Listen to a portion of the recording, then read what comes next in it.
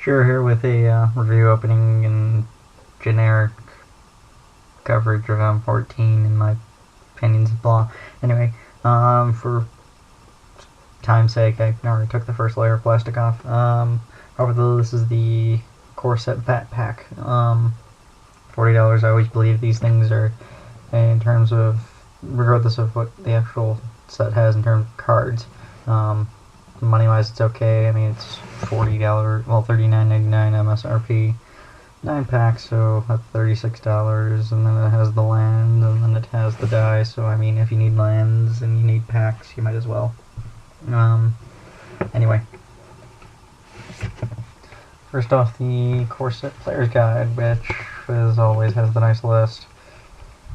The card encyclopedia, the 10 coolest Magic 2014 cards. Now I always felt that this set felt like half a set, really. I mean, there's nothing wrong really with what was in there. It felt more like it could have had something else, that sort of thing. Kind of. Chandra, Garruk, Archangel of Thune, Battle Sliver, Mutavault, Shadowborn Demon, Scavenging Ooze, Elite Arcanist. I missed the original Arcanist, but I think that was dubbed too powerful for its cost and something like that. Zathrid, Necromancer, and Predatory Sliver. Now, the new slivers are they're okay. I'll have to see how it plays out, because I mean they're supposed to be involved in Theros and all that. Different decks to make of each color, following each. Yeah, no, I'm following each color. And standing in their Sliver Evolution Command Core. Now they did change the rules for Legendary and Planeswalkers. I don't mind the Planeswalker, I sort of mind the Legendary. However, flavor-wise, the Planeswalker one is silly, because what is a loyalty counter? If both people have the same Planeswalker. And I mean the exact same Planeswalker. Anyway, cardboard. Let's put it somewhere else.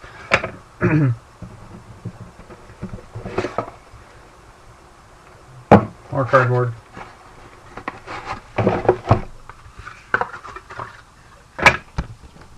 Camera smidge lower.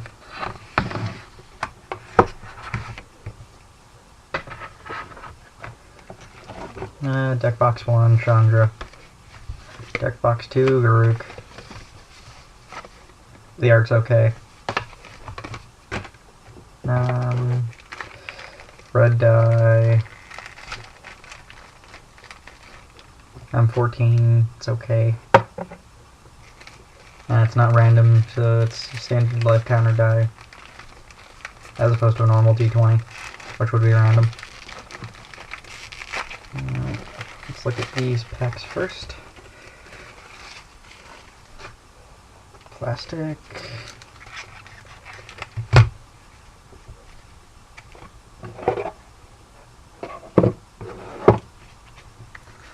The Magic Gathering intro guide with the color breakdown, and does it have the how to play.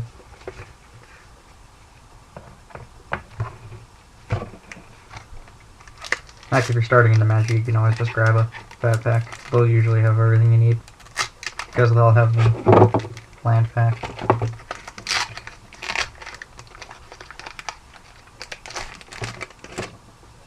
Alright, pack 1.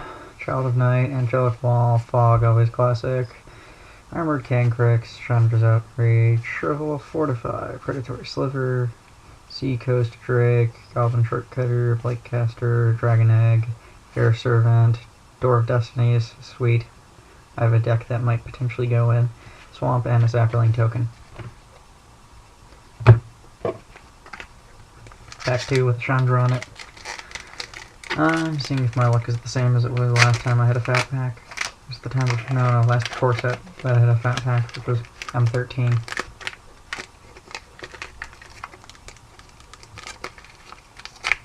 There we go. Claustrophobia, Fog, Trollhide, Caption Knight, Rumbling Baloth, Dawnstrike Paladin, Disperse, Nightwing Shade, Act of Treason, Giant Growth, Bubbling Cauldron, Elixir of Immortality, Artificer's Hex. I really like this card as a concept. Simply because it finally gets rid of, it's another way to deal with something like, oh, what was it? Anyway, Grog Sword, I like this card. Island, Sliver Token. Now what was I thinking of? Point is, it's a nice way of dealing with annoying equipment on creatures, but instead permanently making the equipment very bad to use.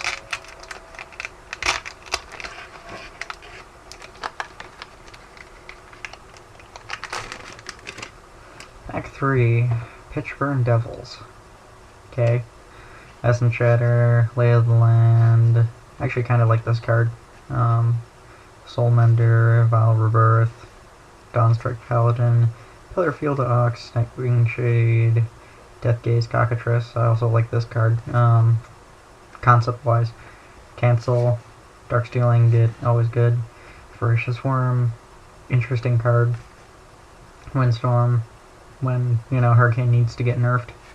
Strahanic Resonator, fun card, especially for EDH. Copy target triggered ability, control may choose new targets, planes, and not a token. Pack 4.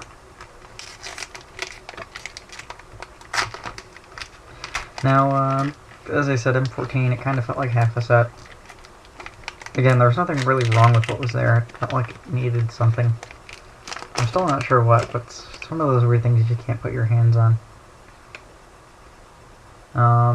Pitchburn Devils, Essence Scatter, Lay of the Land, Dawnstrike Paladin, Nephalia Sea Kite, Seacoast Drake, Goblin Shortcutter, Divine Favor, Liturgy of Blood. I kind of like this card also in terms of an additional kill spell.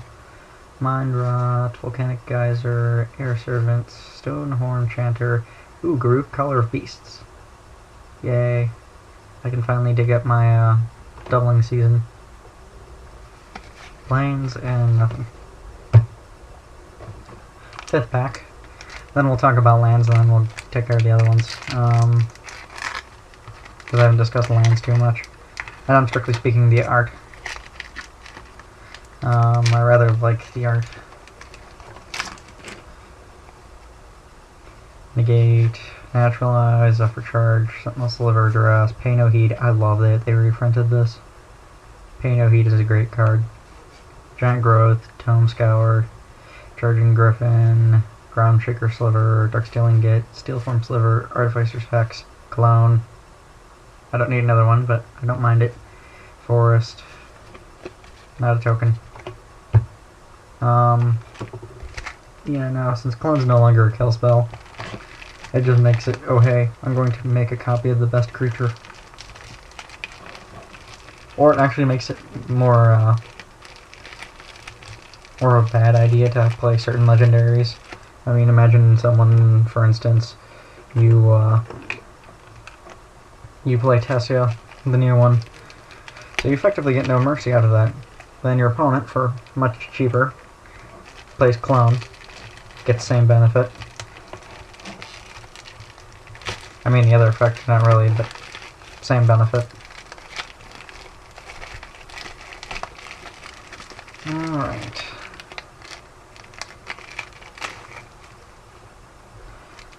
That away. I'll discuss lands quickly.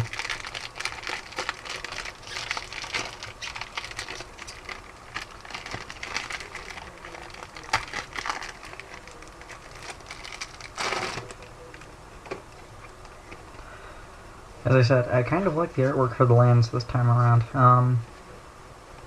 What can make the difference between a good set and a bad set, or a mediocre set I should say, it would be the lands. I mean, these are all really good lands. I think we're starting to cycle through again. But yeah. I like the land art. Props to Andreas Roca, John Avon, Noah Bradley, Cliff Childs, Vulcan Baga. Yeah, Baga. Sorry. It's the shadow from my thumb. Jonas DeRoe. Did I already say Steve? Steve Belladin, yeah, Nils Ham, John Park, Carl Kapinski, and if I forgot anyone, blah. Thanks for the nice work you did on that art. I doubt anyone directly will tell you, or I doubt you directly will see this, and someone instead will tell you. If you run into them for whatever reason, I don't know how or why, thank them. Alright. Oh goody, Suntailhawk. Corpse Hauler, Festering Newt, Ranger's Gal. Interesting to have it here. Show of Valor, Chandra's Outrage, Sensory Deprivation, Giant Growth, Thunderstrike, Pillarfield Ox, Barpack Alpha, Diabolic Tutor, Chanter, Zathrid Necromancer, and the Dragon token for the Dragon Egg.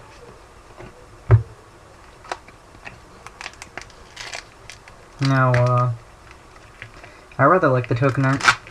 I can't remember. I want to say I kind of want to see a different one for the Sapling token. But other than that, it's just because we've already had that art for the Sapling token. Lay of Land, Caption Knight, Essence Scatter, Seismic Stomp, Ring Flash, Brindlebore, Cockatrice, Cancel, Wild Gas, Interesting Reprint, Bubbling Cauldron, Vampire Warlord, Bramble Crush, Start target non-creature permanent, nice idea. Pyromancer's Gauntlet. If a red instant or sorcerer controller or planeswalker would deal damage to a permanent or player deals that much damage plus 2 instead. A foil clone, which is nice. I somehow managed to pull 2. Oddly not the foil I would have hoped for in the rare, but foil clone. What are we on? Pack 8. God, at this point I think I'm just merely stalling for time. Oh right. There are a few cards that I kind of wish would have been in the set. I've always been a fan of Grawworm and Enormous Ballast. I kind of wish that Shock would have actually had flavor text. Cursed Spirit, Frost Breath, Brindlebore, Duress, Cockatrice, Wild Guest, Disperse, Spore Mound, Tenacious Dead, Staff of the Flame Magus, Dragon Egg, Jace Memory Depth, so I now have 2 of them, and Wolf Token.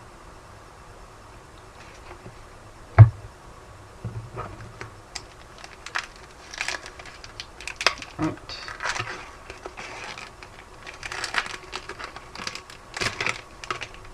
Last pack.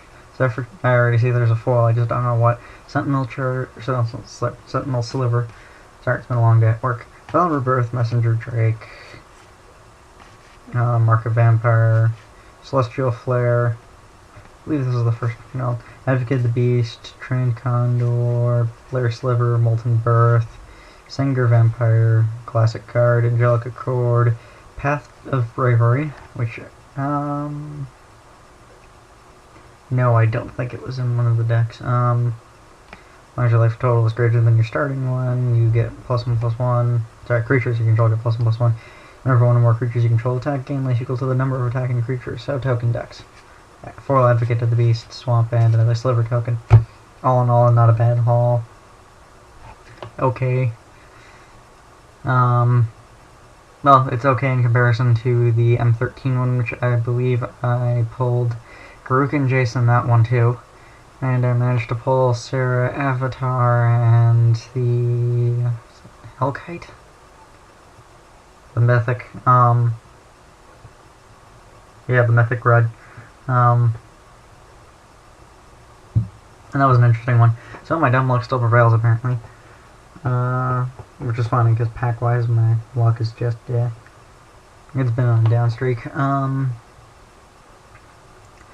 M14. I really like. I sadly could not make FNM on release day, so I couldn't get the whale or the promo art for the whale, which I really liked. I like that card. I wasn't too big of a fan of Megatanic Sliver's promo art. It was okay. That card is okay. By itself, it's like, what, an 88 for 7? That'd be my phone. Yeah, no, this... I mean, take a look. Zephyr Charge, common. Same casting cost for its ability. Target creature gains flying until end of turn. I miss levitation. But hey, that would probably be considered too much. What else is there? I kind of felt like this set should have been more creature-based. That's not the right word I'm looking for. Regardless, something seemed off about the set in terms of it's missing something. I can't put my finger on it, but it's missing something. Anyway, I've been ranting on for 15 minutes apparently. My last thoughts, M14, okay set. If there's something you want in it, obviously go for it. I'm not saying don't go for it. It's an okay set. Plain and simple. I can't think. The only time I was ever really disappointed by a set was probably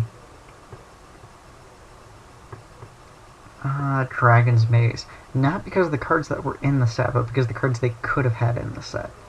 I mean, they basically kind of did the whole entire, well, there's a giant ocean underneath the city of Ravnica that they apparently discovered and found the merfolk in. Why was there, like, no Cthulhu-esque, not even necessarily Cthulhu-esque, but giant octopus or squid or Leviathan, something under there, that they actually put in the set? They didn't. It was an okay set, but it just felt like it was missing something. And that's what it was missing. And I think that's, to a degree, what M14 seems to be missing, are the big beefy creatures spread out more. Yeah, anyway, I've been ranting. Bye.